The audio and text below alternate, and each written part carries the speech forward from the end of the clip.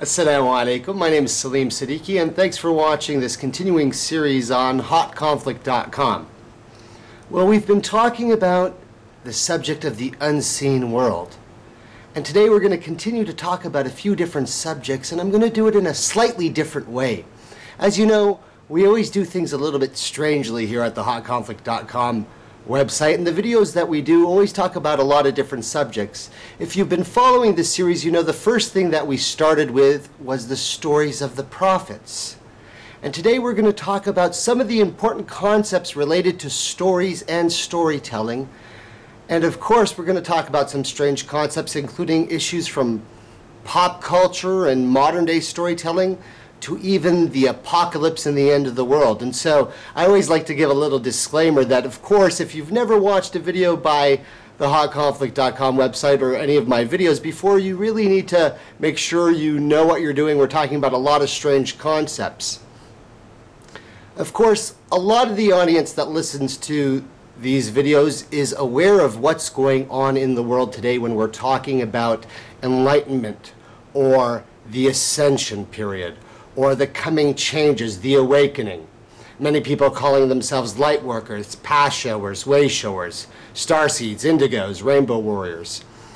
So a lot of the people are understanding some of the concepts. Today we're going to talk about this idea of the story.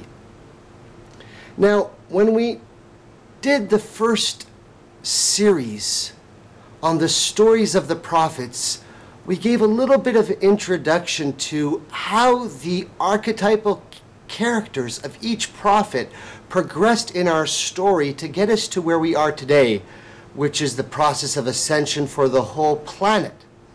Now, if you understand the reason why you should be looking for people who can explain to you the story properly, is you have to find people who understand the whole story. You have to understand that if you are going to be able to discern and decipher the truth, which is part of what you're trying to learn in your own personal story and struggle, then you have to be able to interpret and understand the scenes of life that you're living in by recognizing the stories that make up a life's journey, right? We understand from a spiritual level now that we're talking about concepts of the unseen and the way things work in this world, in this dunya, in this life matrix, that we are characters acting out life plans that we have contractually agreed to. Now, some of these concepts for many people are hard to understand, but if you're on the path of ascension like many other people, you understand that your character is a specific fated model, right? We said the concept that people have the hardest time grappling with is always what?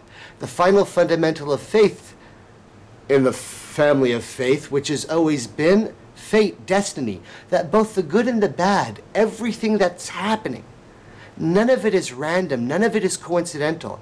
Even that which appears to be negative is within the plan. And all of us, even though we have free will and can create new scenes and ad-lib our own lines, we have certain points in our life where we're destined to do certain things. And those scenes get enacted upon by everyone. Now, in this world where we're in, I'm a leading character. You're a leading character. Everybody's a leading character with their own unique journey. That's part of what you're supposed to understand as you realize what's happening in the world. That you are fated and have a destiny, and that each person's destiny is unique. It's one of the amazing qualities of a creator who has created so many souls, that each one in their uniqueness is a reflection of the beauty of the creation of all that is. So when we say that we understand fate, and many people in the Enlightenment field or the New Age field talk about the creator, what we say in Arabic as Al-Khaliq, the prime creator, the supreme architect, as many of the brethren might say, the one who is the creator of the perfection of all that is. everything in life is part of that perfection. And so just as much as your story is an actual fated destiny that you're living out and you're discovering, and those of us on this journey who understand that we're on a path are experiencing this daily and trying to show others the way, this is what a path shower or a way shower does, you always have to figure out how to discern truth from falsehood. Now, of course, many people are starting to realize out there, a lot of the brothers and sisters are starting to realize, even at the higher realms and in different parts of what we're understanding, there are truths and there are falsehoods. And so we're getting into some strange areas. So today, I'm going to talk about a specific story that is occurring in pop culture. Because if you start to understand that everything in the matrix that we are existing in is part of a divine plan, part of the perfection of all that is, then you should understand that even the books and stories and tales of a culture are relevant to the development of that culture and even are specific to the exact time period.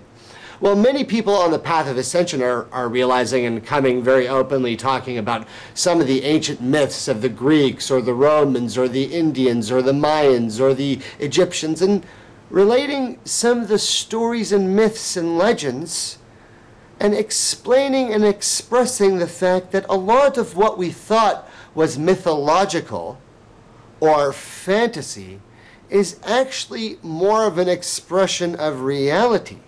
Actual characters, some of the mythological creatures and characters that we have in ancient myths, many people are realizing that those were not mythological and metaphorical, that they perhaps were characters that were more realistic than we had thought.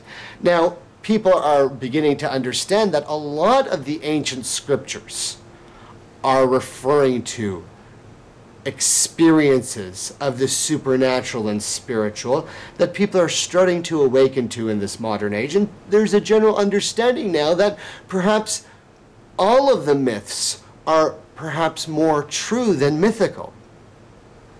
Well, strangely enough, in the perfection of all that is, there is an interesting concept that people are going to start to grasp, is that in the olden days, a storyteller was what? A shaman, a leader, a tribal elder, a figurehead of the group who had a divine insight, a spiritual understanding of what was going on around him, and he was the one that the group or the tribe or the community turned to, and he would tell the group, as the oral tradition goes, in the methodology of a story, the ups and downs and upheavals of a tale to show the people the signs and the posts along the way, to see the light and the darkness so that people could learn how to travel the path and avoid the pitfalls. Now, in the olden days, before our modern civilization and technology, the people used to look at these leaders and look at them and revere them. The monks and the rabbis and the priests and the ministers, who had the most humble of characters and the most deep of insights and wisdom. And they used to listen to their tales and understand that these tales had significance and value in forming the actual pattern and synchronicities that could explain your life journey. And this helped them on the path of ascension. But what many people didn't understand, and what was always understood by the spiritually advanced, was that the most wise knew that these visions that they had and these tales that they expressed were never the creations of their own mind. You see, all ancient communities understood that when their spiritual leaders were espousing the tales of their forefathers and the noble wisdom through allegories and myths, they were never fictitious.